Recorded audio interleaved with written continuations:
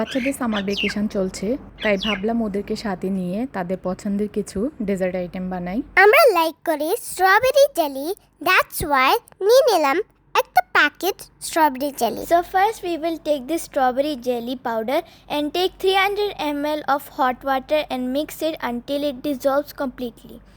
Then we picked our cure containers and poured the jelly liquid into those containers. After that, put the jellies into the fridge to let it set.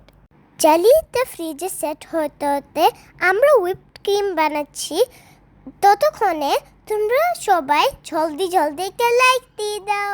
2 packet whipping topping মিক্সের সাথে 1 cup চিল milk add করে mixer দিয়ে mix করব until it becomes thicker. Making cream is so much fun. We cannot wait to taste it. It is so fun to make cream. দেখো দেখো cream almost ready হয়ে যাচ্ছে। Wow, এখন test করে পারা। আমি টেস্ট করতে চাই। মাম্মা আমিও টেস্ট করতে চাই। অলমোস্ট 3-4 মিনিট বিট করার পরে ক্রিমটা পুরোপুরি রেডি। বাচ্চাদের ডেকোরেশনের সুবিধার জন্য আমি ক্রিমটা একটা পাইপিং ব্যাগে ঢুকিয়ে দিচ্ছি।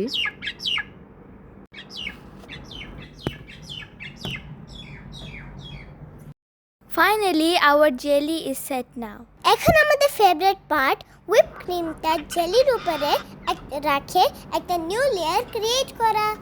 I like this part of layering. এটা করা কি মজা ছিল। এর সামার ভ্যাকেশন আমরা আরো ইজি মজার আইটেম বানাবো। সো তোমরা আমাদের সাথে থেকো।